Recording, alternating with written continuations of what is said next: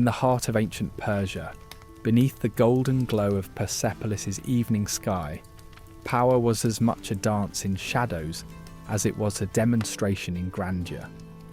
The satraps, those governors of provinces, wore the mantle of authority with silent precision. Their roles as much about balance as dominance. Through Xenophon's accounts, we enter their world, a world where the clang of military command met the subtle murmur of civil governance. Here, beneath the watchful eyes of the great king, every whispered secret and grand parade was noted by the legendary king's eyes and ears. For in this land of governors and gold, every figure cast a shadow, ensuring the empire thrummed in harmony, or trembled with trepidation. Such was the mysterious tapestry of Persia, where history echoes with ambition, betrayal, and the ever-present weight of royal scrutiny.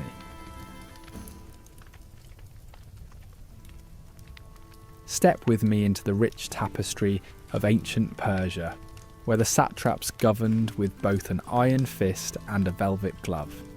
Picture yourself wandering through the bustling markets and majestic palaces of Persepolis, where power concerns were as much overheard whispers as bold proclamations. In this world chronicled by historians like Xenophon, Persian governors danced a delicate ballet of intrigue and authority, where each step could be their last. Satraps served dual roles, acting as fierce guardians of military might while simultaneously maintaining peace as civil administrators. They walked a fine line, balancing authority with subtle diplomacy. Armed to defend the empire's reaches from barbarian incursions, they commanded respect on the battlefield. But in the civic sphere, they were equally tasked with levying taxes, dispensing justice, and ensuring the king's will was done. These leaders managed not just armies, but also the intricate web of politics and power that kept the Persian Empire thriving. Xenophon, the insightful Athenian historian, shed light on this precarious role. Managing resources, ensuring loyalty, and suppressing dissent were just part of the satrap's responsibilities, much like a modern CEO. Yet a mistake here wasn't merely a drop in share value. It could ignite rebellion or worse, incur the king's displeasure. Satraps manoeuvred the political landscape like a chessboard, all under the scrutinous eye of a ruler who granted power yet never let go of the reins. Persepolis was the empire's crowning jewel, a city both breathtaking and oppressive in its grandeur. The grand avenues, adorned with sculptures depicting satraps offering tribute to their king, were a bold reminder of the surveillance that loomed over even the most powerful governors. Beneath the city's opulence lay tension, for here the satraps were reminded of their place. Prominent, yet perpetually observed by the great king. The rule of these governors extended to every social layer, touching the lives of everyone from wealthy merchants to modest labourers. While some were favoured in the satrap's presence, others shouldered the heavy burdens of tribute and tax. Yet this was not merely a relationship of dominion, it was a symbiotic exchange. As the satrap drew strength from the king, the populace looked to their governor for protection and justice, relying on him to sustain the empire's delicate equilibrium. Though the satraps were the face of power in their provinces, their independence was in constant check by the ubiquitous presence of royal inspectors, or the king's eyes. These secretive agents were woven into the fabric of governance, reporting directly to the king to ensure fealty and efficiency. No governor was safe from this network of informants, which guaranteed that no satrap could consolidate a threatening level of power. Satraps constantly navigated the thin line between autonomy and allegiance. In distant regions like Lydia or Bactria, they might wield their influence akin to minor kings. Still, Their authority was inexorably tied to the king's might. They were expected to embody and enact the king's decrees without hesitation, maintaining loyalty even as they sought the allegiance of their domains. Life in ancient Persia was a dance of complex rituals and beliefs, and satraps adapted to these with a keen understanding. They encountered a rich tapestry of cultures under their jurisdiction, from fire-worshipping rites to Zoroastrian festivals, each tradition unique as the people who celebrated them. Understanding and respecting these customs was key, not just for maintaining order, but for cultivating trust and respect among the diverse populations they governed. As the chapter draws to a close, picture the satraps returning to Persepolis, weary from their journeys, yet astute and seasoned by their experiences.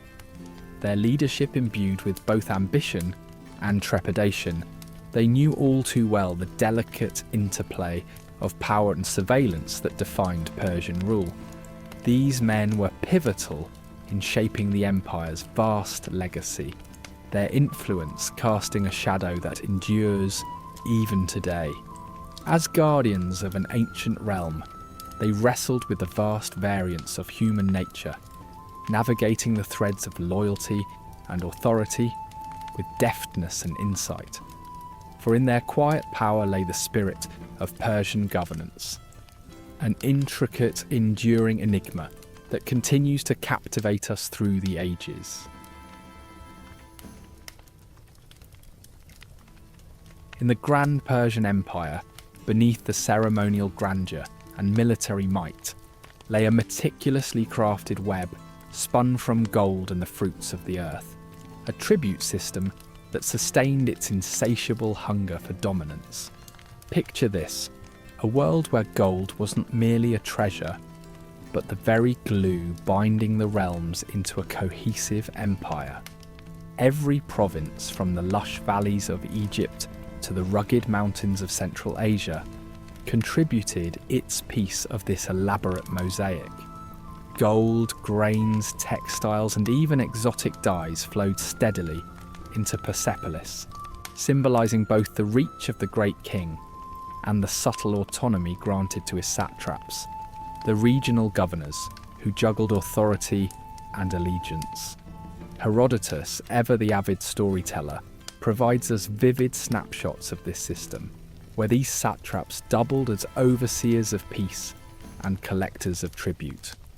They were the empire's lifeline, maintaining a delicate balance between local governance and imperial demands.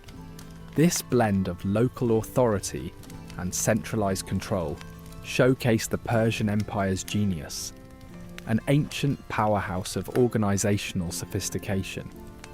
The satraps embraced their role, wielding regional knowledge to facilitate the collection of tributes ranging from precious metals to livestock and grain. Each gift mirrored the giver, weaving a cultural and economic tapestry stitched together by the countless hands across the empire. The discovery of the Persepolis fortification tablets revealed the bureaucratic precision with which these tributes were managed. Thousands of clay tablets documented every piece of silver, every bushel of barley sent toward the imperial heartland.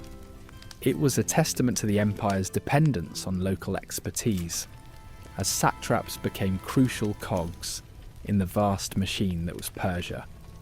This nuanced governance allowed provincial pockets to feel heard and respected, cultivating a sense of ownership while ensuring a continuous supply of resources to the heart of the empire.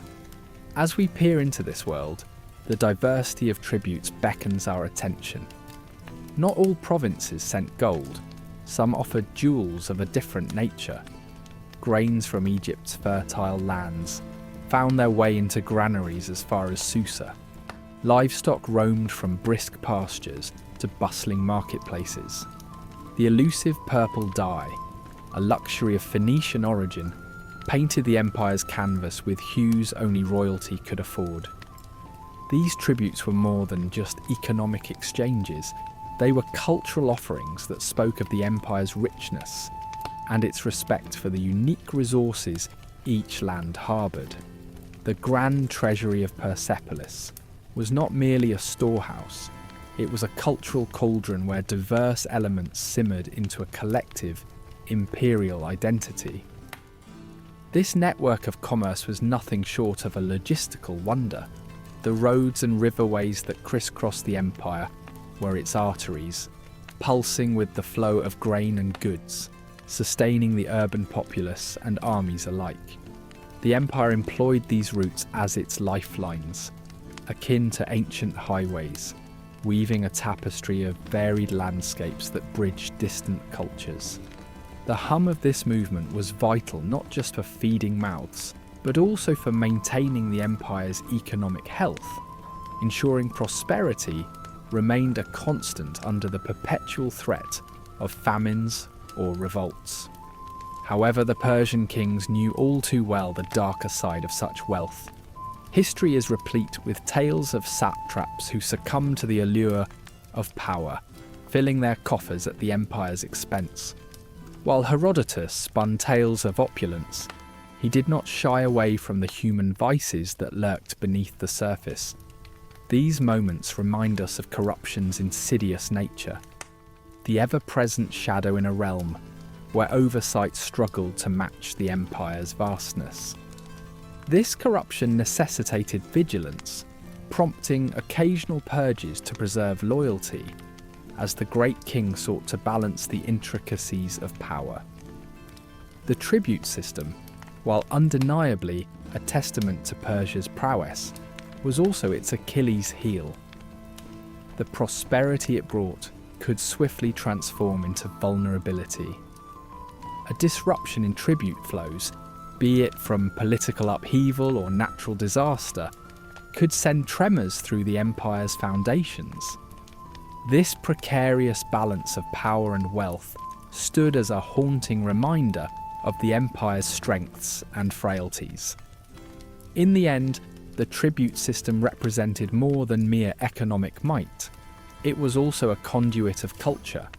The empire's mosaic of people and goods bore testament to a complex interplay of tradition, wealth, and governance. It was a living legacy that influenced countless future civilizations, embedding its wisdom into the DNA of empires yet to rise. Even as the Persian Empire crumbled, its ingenious system of tribute left a mark, echoing through the ages in the very way empires manage diversity and consolidate power. As we unspool the threads of this tale, the visionary sweep of the Persian tribute resonates. A symphony of human endeavour and ambition forged in the furnace of history.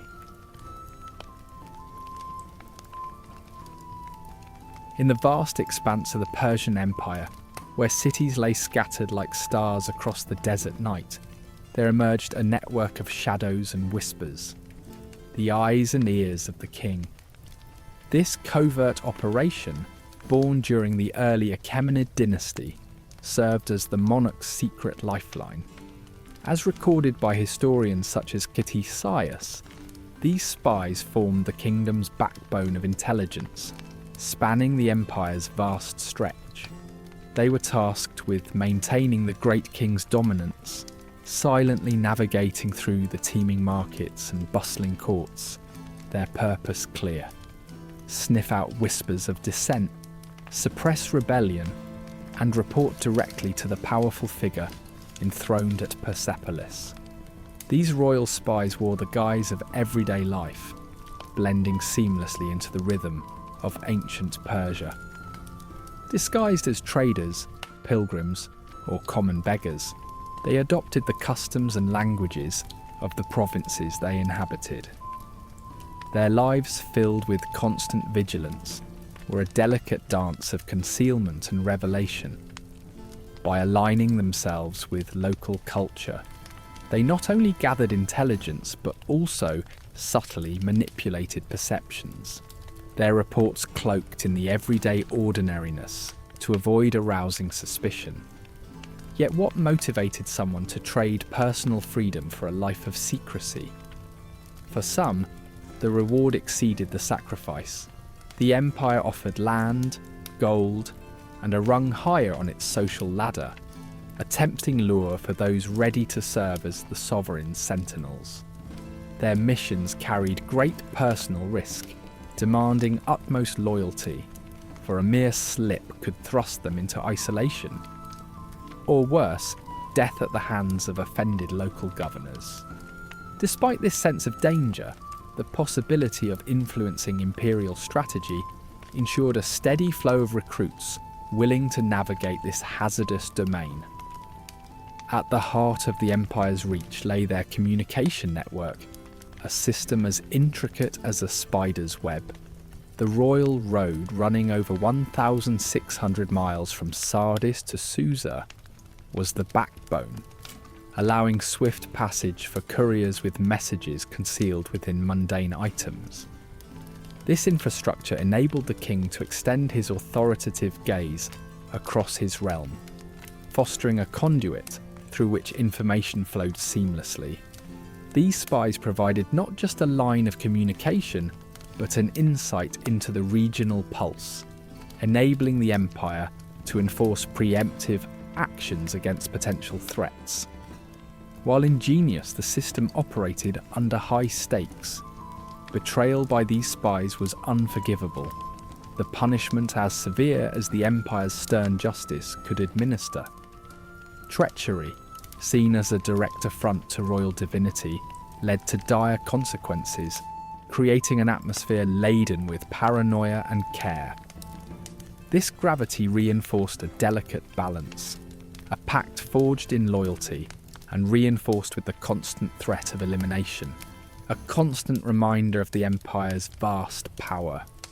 Anecdotal records from Persian archives bring their precise workings to life.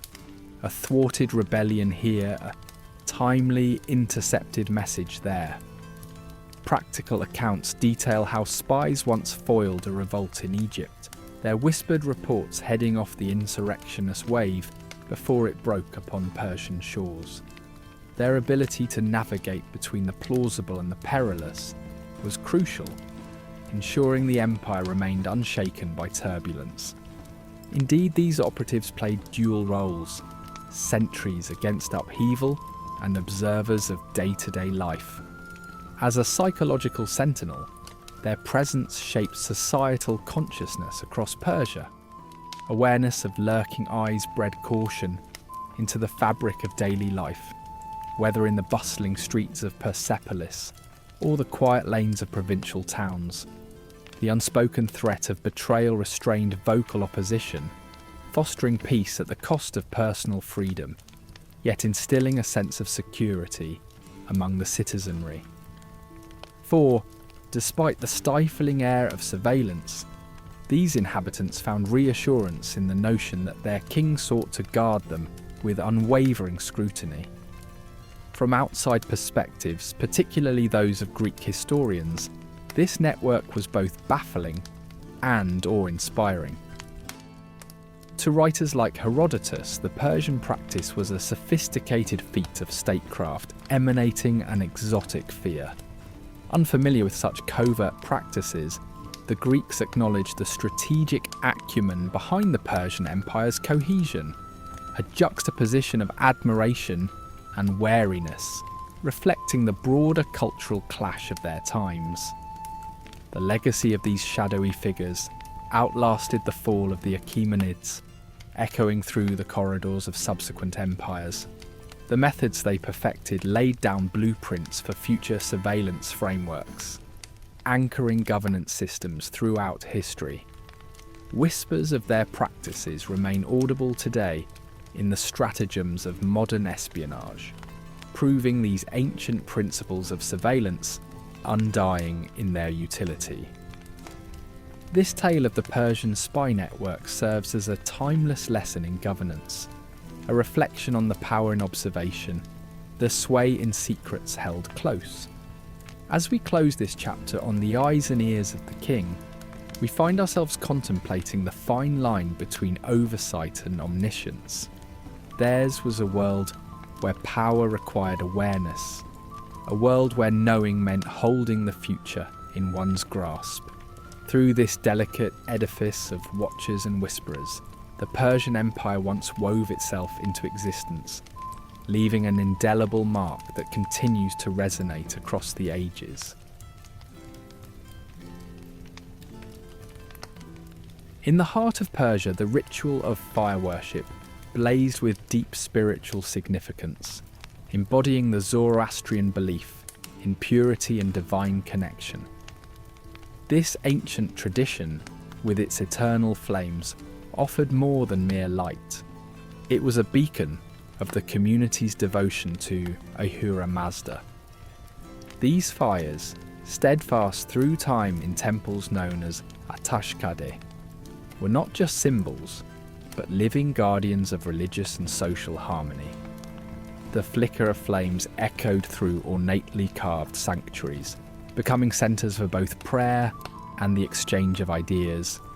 Visitors like Herodotus were often struck by the solemnity and mystical allure of Persian fire rituals, marking them as both sacred and essential facets of life. Beyond fire, the Persians had a unique approach to death, considered peculiar by outsiders. The Towers of Silence, barren yet haunting structures, were where the dead were exposed to the elements, ensuring sacred elements like earth and fire remained uncontaminated. This practice was rooted in a profound respect for the cycles of nature and the soul's journey beyond earthly bounds. Elaborate ceremonies accompanied these rites, blending chants, incense and processions that honoured the deceased, reflecting a deep cosmic understanding. To foreign eyes, this open-air ritual seemed unsettling, but for Persians it was a sacred duty, ensuring the passage of the soul. In the warm breeze of spring, Nowruz blossomed as a festival of joy and renewal. As the Persian New Year, Nowruz celebrated more than just temporal change. It was the victory of light over darkness, a central theme in Zoroastrian belief. Entire communities rejoiced, engaging in rituals that included cleaning homes, exchanging gifts and feasting on dishes symbolising growth. The haft scene arrangement, an array of symbolic items starting with S in Persian, graced homes, each object embodying virtues like health, prosperity, and beauty. Nowruz was a tapestry woven from tradition and hope, a celebration of continuity and resilience that thrived across classes and ages. Hospitality in Persia surpassed mere pleasantries, transforming into elaborate ritual feasts where power and opulence were on full display. Within grand halls or open courtyards, these gatherings unfolded as epic spectacles, where the host's wealth and influence were showcased through sumptuous spreads and rich tapestries. Historical accounts capture the awe of observers like Herodotus, who described these feasts as cultural intersections, merging Persian cuisine, music, and ceremonial wine into a harmonious tradition. Here, food transcended sustenance. It became a symbol of divine favour and communal unity, reinforcing social bonds and solidifying the ruler's prestige. The quest for purity permeated every aspect of Persian life. Rituals centred around water, a sacred element, governed daily actions and spiritual practices.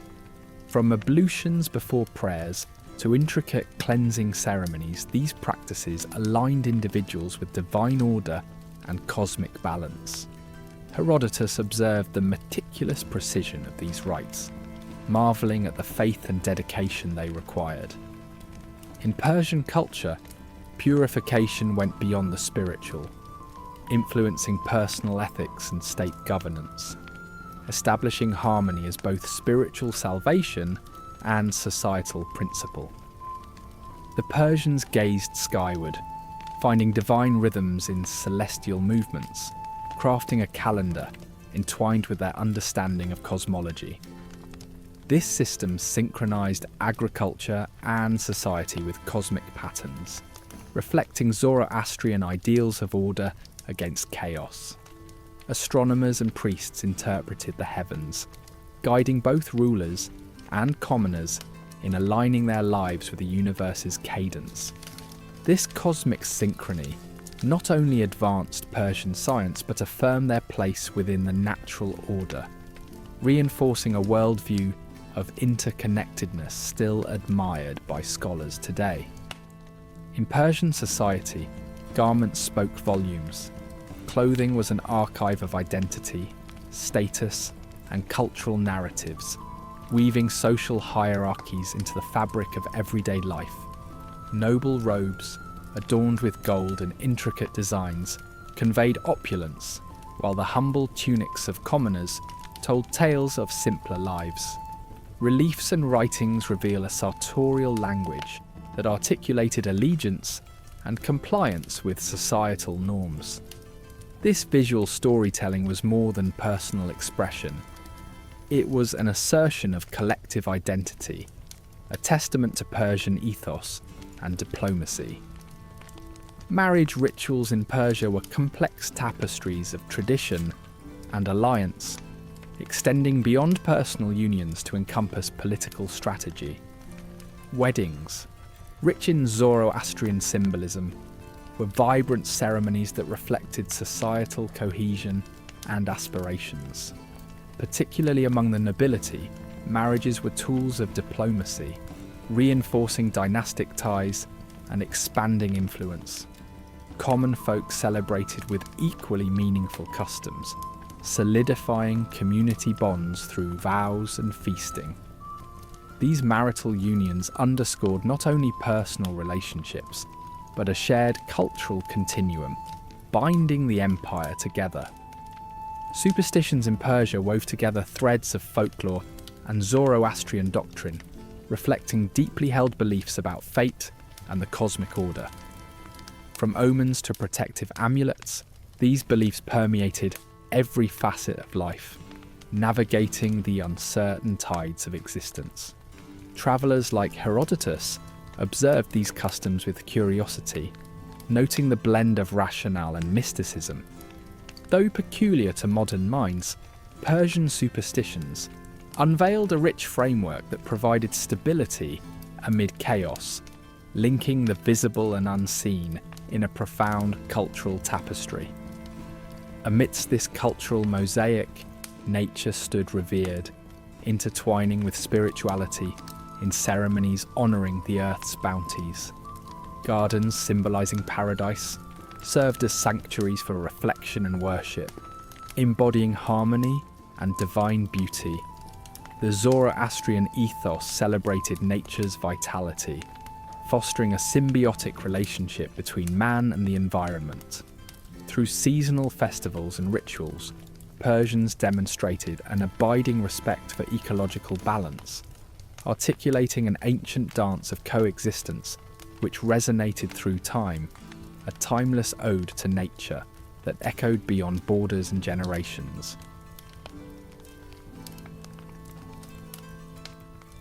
In the grand tableau of ancient Persia, a stark social hierarchy sculpted the lives of all its denizens, influencing their everyday experiences, aspirations, and the rhythms of their existence.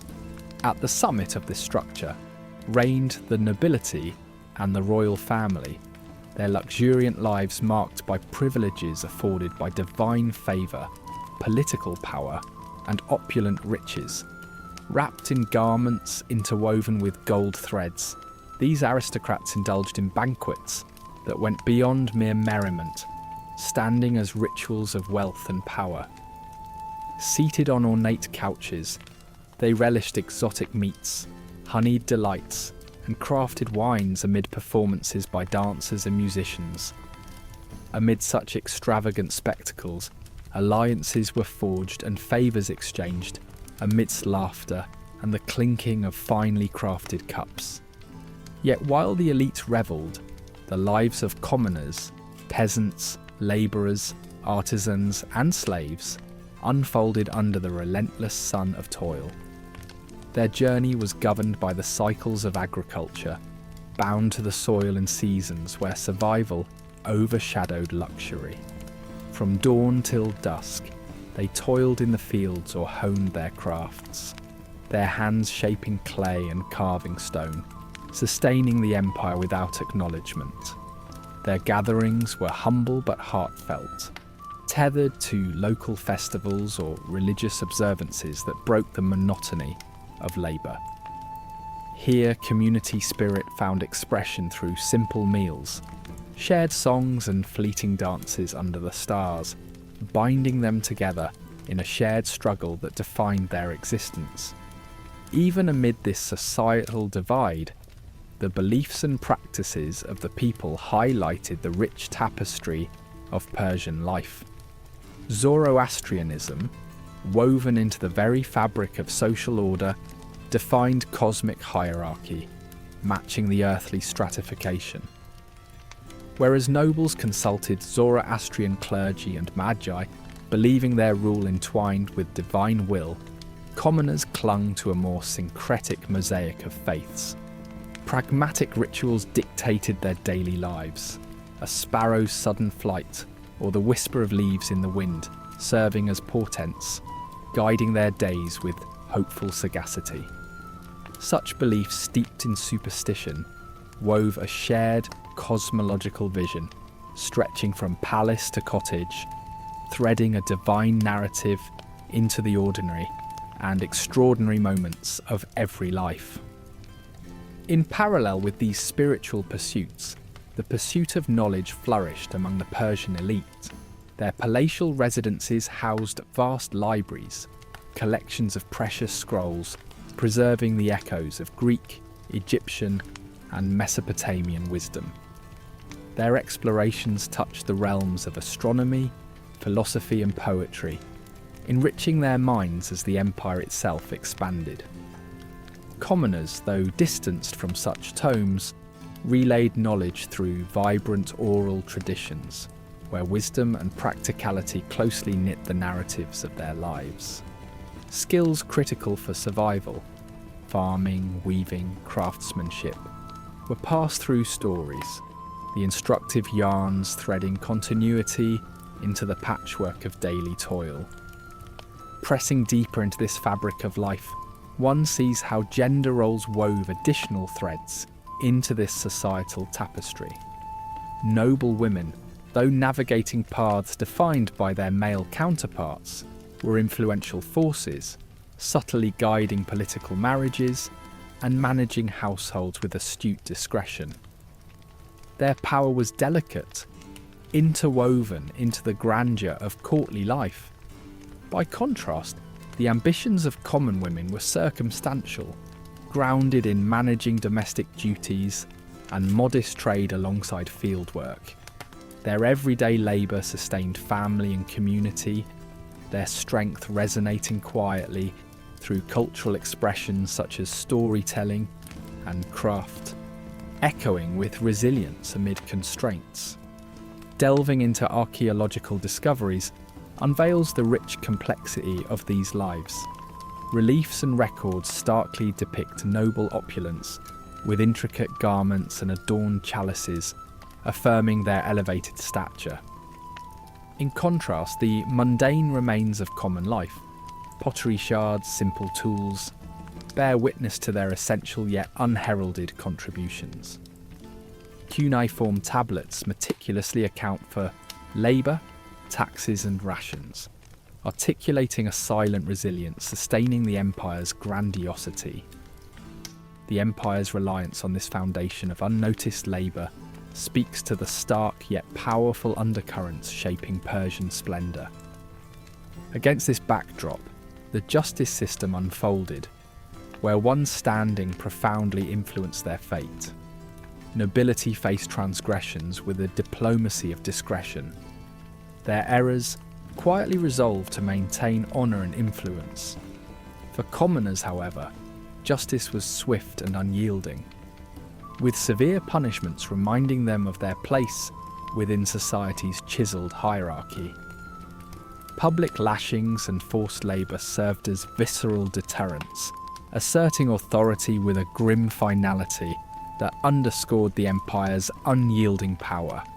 In examining this era, the divide between noble luxury and commoner toil emerges as part of a cultural consciousness that transcended Persian borders, influencing subsequent empires that embraced not only Persian administrative acumen, but also their embedded social stratifications.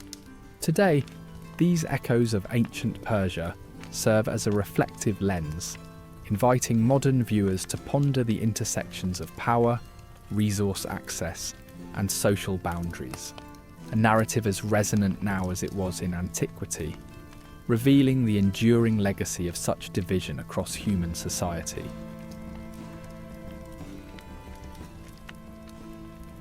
In the shadowy temples and bustling cities of ancient Persia, the Magi, revered as priest healers, wove together the strands of mysticism and medicine into a singular practice that cast a spell over the populace.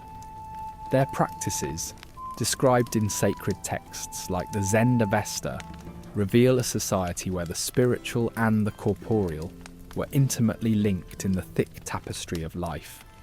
These revered figures were not only custodians of sacred rituals, but also the harbingers of health, approaching ailments with a dual arsenal of herbal wisdom and incantations intended to drive out the malicious spirits believed to inflict suffering. The Magi's healing art mirrored the Zoroastrian universe, dominated by the principle of Asha, truth and cosmic order. They perceived every ailment as a disruption of this order, a spiritual imbalance manifesting in the bodies of the afflicted. Their chants, poised to realign cosmic harmony, were delivered alongside potions crafted from herbs considered divine gifts, each plant imbued with both therapeutic properties and spiritual significance. In such a world, illness necessitated a holistic remedy, one that addressed the tangible symptom and redressed the imbalance within the soul. Notably, the rich materia medica of ancient Persia represented a blend of botanical knowledge with theological significance. Texts glorified plants like hauma and ephedra, revered not only for their physical benefits but also as sacred entities in religious rites. This dual belief system echoed through the ages, informing a tradition that would mesmerize scholars like Galen, enticing Greek curiosity with its mystic allure. The sophistication of Persian herbal practices, moving beyond mere folklore into documented wisdom, speaks to a culture committed to understanding nature while venerating its sanctity.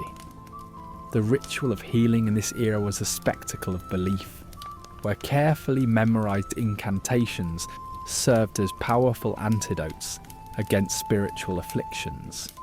Each chant was crafted as a verbal talisman, reaffirming faith in divine protection and instilling hope amid despair. The dramatic cadence and rhythmic hum of these rituals, alongside the presence of protective charms, bridged the tangible with the intangible, allowing both healer and patient to navigate the treacherous waters of uncertainty with renewed confidence. Beyond vocal incantations and herbal remedies, Persian healers demonstrated ingenuity with techniques such as bloodletting and thermal treatments, reflecting a developing grasp of physiology intertwined with spiritual tradition. Water, sacrosanct and purifying, held a central role in therapeutic practices, an elemental force believed to cleanse body and spirit alike. Ritual baths and spring immersions were sacraments, rituals that positioned patients at the nexus of cosmic and corporal realms, reaffirming the delicate balance of existence. Persian physicians, two-footed in the empirical and the mystical, often faced a dilemma that defined their profession. They meticulously observed symptoms and outcomes, documenting early versions of evidence-based practices within a context that revered spiritual intervention.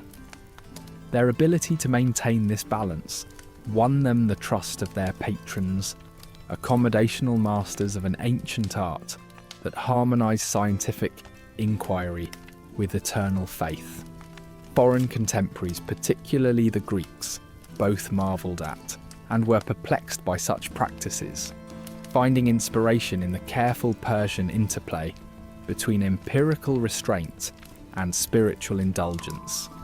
Astrology too wove itself into the fabric of Persian healing, hinting at a cosmos intricately linked with human health. The guidance of the stars was consulted not only for omens and propitious timings, but as a means to understand one's physical and spiritual constitution.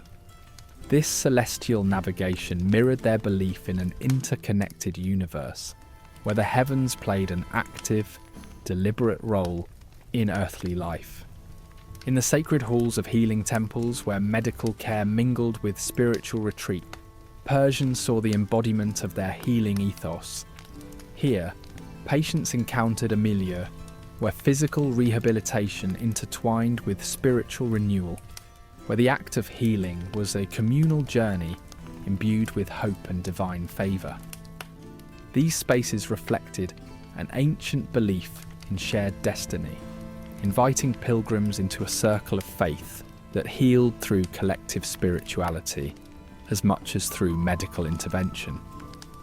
The legacy of legendary healers who stepped into these roles is testament to a culture that revered individuals who could bridge the mortal with the divine. Their stories, etched in the annals of folklore, straddle the line between fact and fable, illustrating an age where the possible and the miraculous walked hand in hand. Figures elevated within their communities often transcended their roles, becoming icons of wisdom and bestowing an enduring legacy of respect for the art of healing. At a crossroads of great civilizations, Persia became a vital conduit of medical knowledge, exchanging wisdom with Indian, Egyptian, and Greek cultures.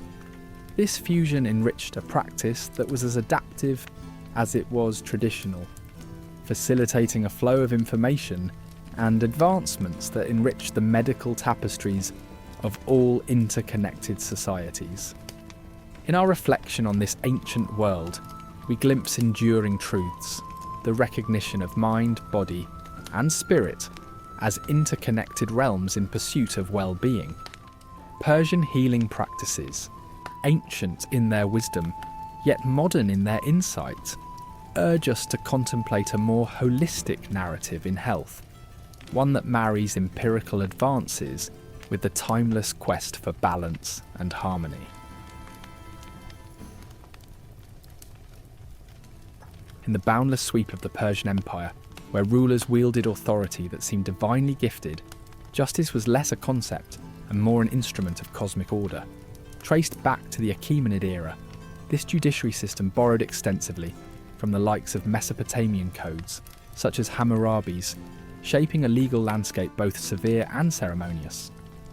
The records of Diodorus Siculus unveil a societal fabric where the rule of law echoed the great king's divine mandate, intertwining societal order with heavenly will. Through rigorous enforcement, these laws sought to harmonise the empire's sprawling and diverse populace, projecting both fear and respect under the auspices of Ahura Mazda, the supreme deity. Justice in ancient Persia mirrored its profound class divides. Here, punishment was as much about maintaining status as it was about societal correction. High treason, tantamount to nudging the empire's mighty columns, invited particularly severe retribution. Governed by an intricate weave of civil and spiritual edicts, the law was both a mundane tool and a spiritual instrument. The king stood as the ultimate arbiter, while the satraps, regional governors, enforced laws, adding local flavours to the imperial ethos. Yet, when insurrections brewed, only a royal decree could quell the storm. Justice's face was brutal and unmistakable, beckoning the lash as its most renowned symbol. Flogging, a dark art of authority, mingled pain with ceremony, crafting spectacles at market squares, turning the act of punishment into both deterrence and testament. The onlookers, bound by fear and compelled by duty, bore witness to this vivid theatre, a reminder of the empire's unyielding reach. For the most heinous transgressions, such as treachery, punishment intensified to mutilation or death, mapping out the empire's dual pursuit of vengeance and order. In the intricate dance of justice and spectacle, treason emerged as the ultimate betrayal, staring down an empire stretched to its limits. Tales from ancient chroniclers speak of dagger-edged executions, though these might often have bordered more on symbolic myth than practiced ritual. Still, whispers of dissent were quickly quashed by the king's eyes and ears, a vast surveillance network which sustained the delicate harmony of loyalty over lands unfathomably vast. Punishment extended beyond the scaffold, estates confiscated, legacies obliterated, entire families written out of history, a ghastly symphony of power unsubdued. The courts of Persia, a majestic construct of authority, hosted trials that manoeuvred through social intricacies and political undercurrents, especially in high-stakes arenas where lives and loyalties hung in precarious balance. Lesser crimes underwent swift local arbitration, yet the great king's shadow loomed large over trials of considerable gravity. Here, justice mingled with performance, verdicts swayed by the nuances of social strata and the mystical adjuncts of the magi, sometimes consulted to discern celestial factors from human follies. The tales of infamous punishments have seeped into legend. Moral parables preservation, as warnings like that of Intaphrines, executed with his family for suspected treason against Darius III, a lesson in loyalty and the veracity of power's interpretation. Such stories wove the unbending strength of Persian justice into the cultural tapestry, serving as both historical recount and enduring myth, cascading through generations as a narrative of the empire's stoic grit. No aspect of Persian justice stood untouched by the echoes of Zoroastrian doctrine, where the divine and judicial interlaced seamlessly. Transgressions were affronts to cosmic balance, with the judiciary wielding power as emblems of spiritual duty, aligning human law with divine order. In public punishment's tumult, the gathered throng partook in a rite of purification, restoring societal normalcy, disrupted by acts of disharmony. The resonances of Persian legal tradition ventured beyond its homeland, planting seeds of legalistic influence in neighbouring civilizations, from the vistas of India to the realms of Greece. Persian order left an indelible imprint, colouring the administrative and judicial evolution of future empires, earning reluctant admiration for its systemic breadth and disciplined enforcement. Even Alexander the Great found hints of administrative acumen worthy of adoption as he forged his own empire. Yet, the rigid thumb of justice occasionally veered toward tyranny, where power wielded recklessly stripped justice of its sacrosanct neutrality, becoming a means of personal vendetta for the satraps. A fine line between imperial intent and regional execution could blur, prompting whispers of discontent. The justice system, designed as a bastion of societal stability, sometimes crushed under the weight of its impositions, misaligning equity with authority's whims. Ultimately, Persian justice etched its legacy deeply into the earth it sought to order, its stories and laws woven into the grand historical mosaic of human governance. Today, as we linger over ruins and texts, the solemn echo of Persian law continues to stir the imagination, drawing modernity's gaze backward, a testament to the everlasting dance of power, punishment, and the human condition forged under the stars of an ancient world. Deep within the heart of the Achaemenid Empire, the grandeur of Persian society unfolded not only in palaces and courts, but also around the banquet table. Here, amid the opulent halls of power, feasting was an art. These feasts, marked by grandeur and splendour, transcended the realm of mere sustenance to become intricate political performances, displays of wealth, and opportunities to forge alliances. The air shimmered with the savoury scent of roasting meats and the heady sweetness of exotic spices, as musicians played their lyres and flutes, weaving melodies through the clatter and clink of golden goblets.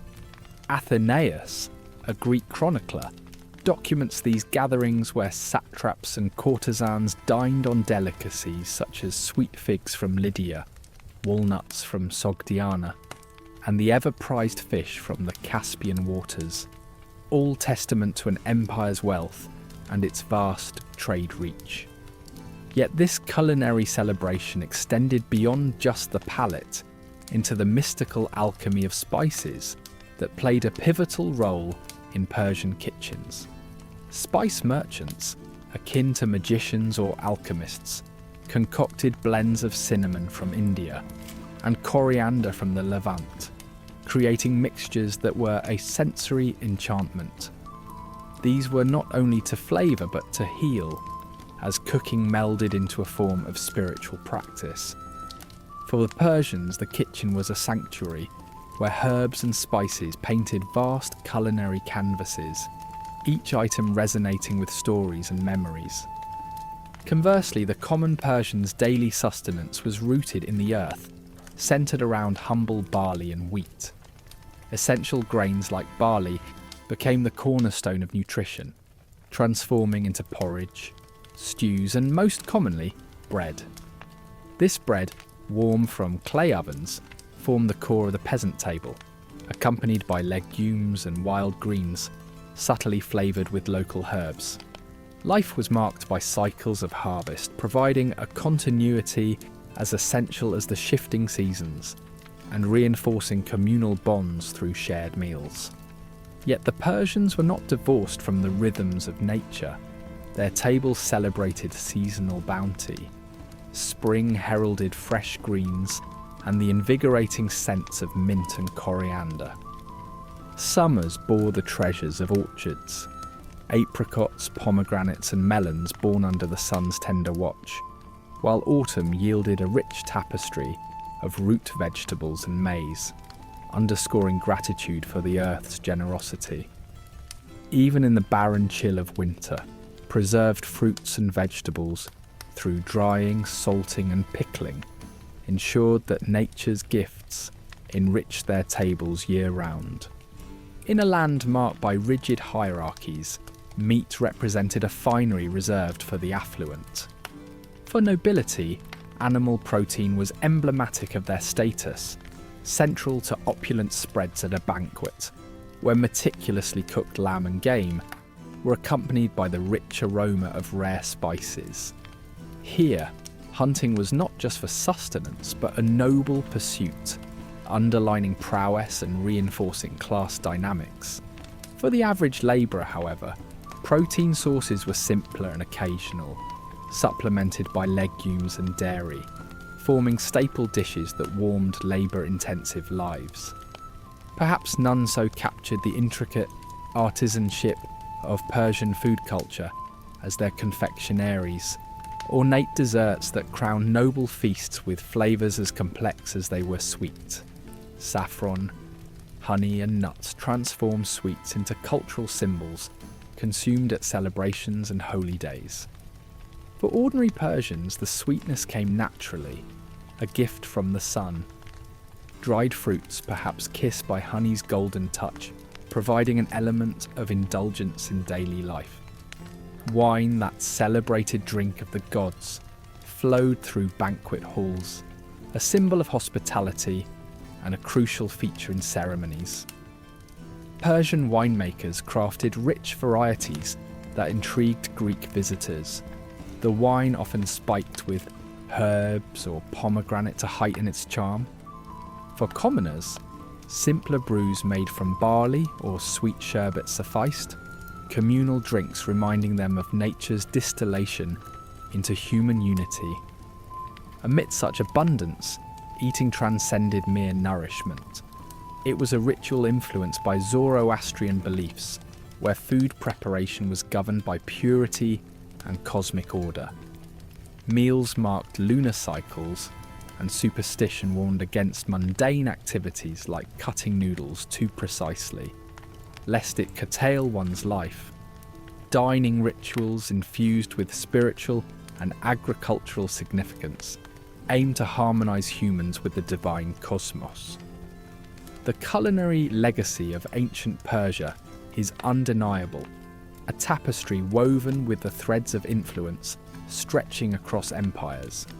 Greek and Egyptian kitchens borrowed heavily from Persian practices, absorbing spices and flavours that rippled through to modern culinary traditions across regions. This cross-cultural exchange saw Persian cuisine evolve while influencing cuisines of neighbouring territories, its legacy preserved in the layered sweets and rice dishes that define global palates today. Yet this isn't merely history. Persian cuisine lives on vividly, animating contemporary kitchens with age-old recipes served at gatherings celebrating heritage and family.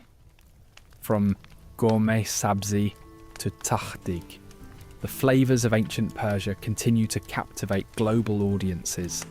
Their resilience and artistry are testament to an empire that, through the language of food, continues to whisper its ancient stories. In the grand tapestry of the Achaemenid Empire, the satrap system emerged as a bold experiment in governance, a necessity born from the sprawling conquests of the great king. Imagine the empire as a beast, vast and diverse, its limbs stretching across myriad cultures and landscapes. To maintain control, the king needed trusted lieutenants, the satraps, each imposing their will over their provinces with a blend of authority and discretion. These governors, serving as the king's eyes and hands, wielded immense power locally. They maintained peace, collected taxes and managed armies, acting as almost sovereign lords. Yet their autonomy was coloured with a dual edge. They carried the burden of vigilance, for the king's watchful gaze was surely upon them. Communication from the distant heart of the empire to the furthest provinces was a marvel, employing couriers and a meticulous record-keeping system that kept the flow of information constant and precise. The clay tablets preserved in archives like the Persepolis Fortification Archive are silent witnesses to this sophisticated bureaucracy. By allowing local leaders a stake in their provincial prosperity, the system minimised the allure of rebellion, grounding each territory in its growth while ever tethered to the king. The wisdom of this system didn't vanish with the fall of the Achaemenids. It resonated through the chronicles of historians such as Strabo, who observed its imprint on successive civilizations. Strabo noted how the Romans and Byzantines, in their quest for dominion over vast, varied lands, found inspiration in the satrap model. This strategy, balancing local knowledge with central authority, offered an enduring blueprint, allowing diverse regions to coexist under a singular rule without losing their unique identities. As empires crumbled and rose, the resilience of the satrap system seemed a beacon. Alexander the Great, after conquering Persia, embraced this model, integrating it into his own strategy of governance. By appointing regional governors, he ensured continuity, granting conquered peoples a familiar structure amidst change. This mingling of governance models allowed for a seamless transition, smoothing over the tumult of conquest with strategic foresight. But the life of a satrap was a delicate dance of power and scrutiny. Empowered yet always watched, these governors bore responsibility for their provinces while navigating the ever-present surveillance of the king's eyes and ears.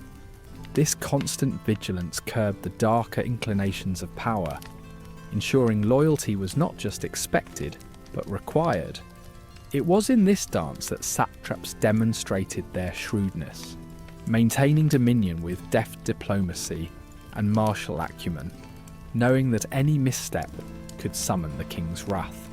Economically, the satraps were architects of their region's prosperity, executing a complex tribute system that funneled resources into the empire's heart.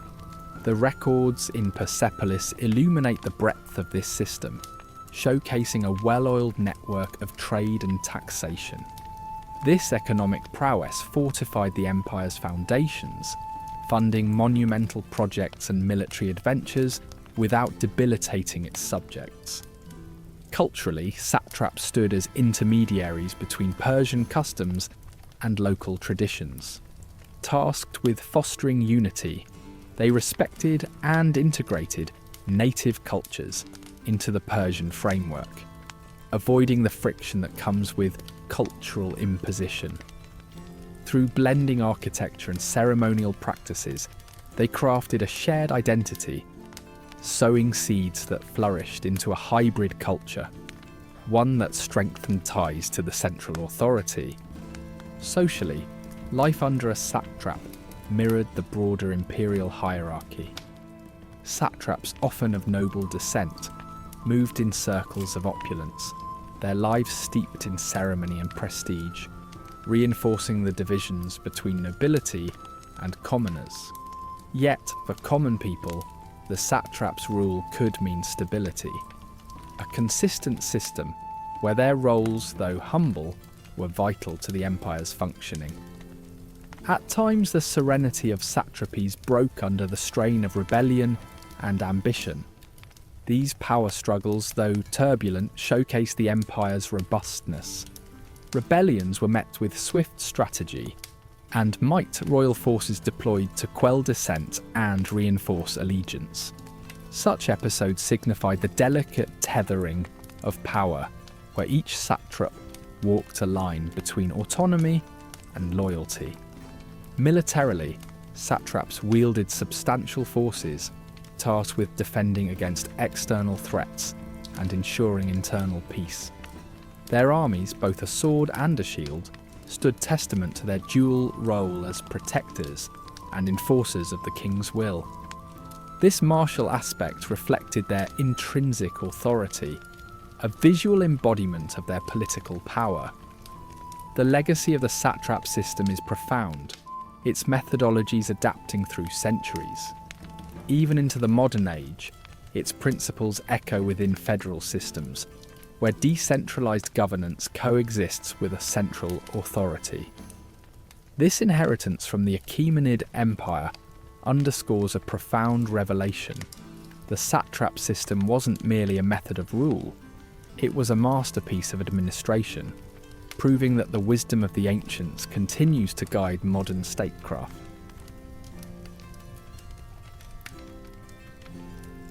The waning days of the Persian Empire unfolded not in a single cataclysm, but through ripples of changes that slowly eroded its monumental facade. The empire, while magnificent, struggled beneath the weight of its sprawling territories and diverse cultures. Arrian's accounts highlight how the empire's very size became its Achilles' heel. Satraps scattered across vast lands grew in their own power, sometimes prioritizing personal gain over loyalty to the great king. This growing autonomy threatened the coherence of the central authority. Compounding the internal strains were the external pressures, notably from the Greek city-states, which surged onto the stage as formidable adversaries. Their rise posed not just military threats but also cultural ones. The Greeks, armed with innovative warfare methods and democratic ideals, slowly eroded the solidarity of Persian rule, culminating in conflicts like the battles of Marathon and Salamis. The balance shifted irreversibly with Alexander the Great's arrival. Alexander, an ambitious young king with the aura of destiny, unleashed a campaign against Persia that was as much about conquest as it was about dismantling the old order. He capitalized on Persia's weaknesses, exploiting the disunity of its satraps and the faltering loyalty to the Persian crown. His revolutionary tactics, brilliantly noted by Plutarch, were a masterclass in strategic exploitation of both terrain and human dynamics. Alexander's invasion culminated in the sack of Persepolis, the heart of Persia. It wasn't just a city that was captured, it was a symbol of Persian might, reduced to ashes in an act rich with both tactical and symbolic significance. Persepolis' fall sent tremors across the empire, signalling a psychological defeat that was as devastating as its material loss. But even as external forces hammered away, the empire was corroding from within, a tale of internal strife and betrayal. The later Persian rulers, often weak and embroiled in decadent squabbles, oversaw an empire riven by intrigues and power struggles.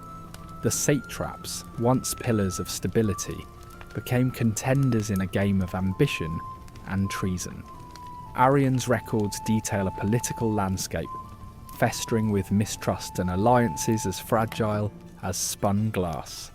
The internal discord sowed seeds of betrayal, leaving an empire ripe for conquest.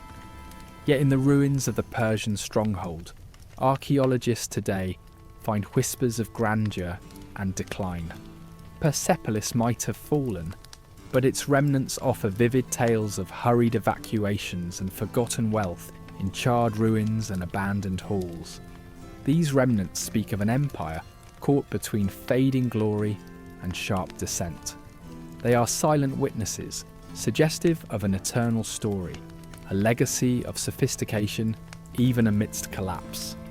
Post-conquest, a cultural transformation unfolded, neither swift nor complete, as Persian ways meshed with those of the newcomers. Despite military conquest, the Persian cultural footprint endured, exerting a subtler influence over the new Hellenistic world order. Alexander himself, even in victory, adopted elements of Persian governance, a testament to its enduring influence. The religious and cultural motifs of Persia, particularly Zoroastrianism, seeped through the cracks of new empires, illustrating that political control may have toppled, but cultural resilience defied it. The chronicles of historians like Plutarch and Arrian provide not just a recounting of events, but a tapestry of human motivations and narratives that shaped this dramatic epoch. Through their pen, we see the ambitious arcs, personal betrayals and broader schemes that led to the empire's twilight. Their accounts, though coloured by their own intrigues and allegiances, weave a nuanced narrative of ambition and fall. Amidst all this, the famed satrap system stands out as a beacon of Persian innovation, a system appropriated by conquerors who understood its intrinsic value. Its framework for managing vast territories resonated well beyond Persia, influencing successors such as the Roman Empire. The scale and scope of its administration spoke of a genius that transcended temporal power, offering a model of governance that would endure in varying forms through history's march. Persepolis' ghostly ruins remain, a spectral reminder of the empire's once glorious apex and its descent. As Alexander's fires fed on its opulence, a chapter closed on the Persian narrative, transforming it into a lesson on the impermanence of power. In its reflection lies the empire's enduring influence. It offered future civilizations insights into governance and cultural synthesis. Its blueprint of administrative genius imprinted on the souls of ensuing empires. The Persian experience, replete with triumph and tribulation, echoes as a cautionary tale and a reminder of the vibrant human spirit within history's vastness. In pondering the stories etched in its fallen stones and surviving legacies, we glimpse a mirror of the human condition, an eternal dance upon history's stage. In this grand tale, one asks, what echoes will we leave behind? If you enjoyed this voyage through time, don't forget to like and subscribe for more explorations into the past.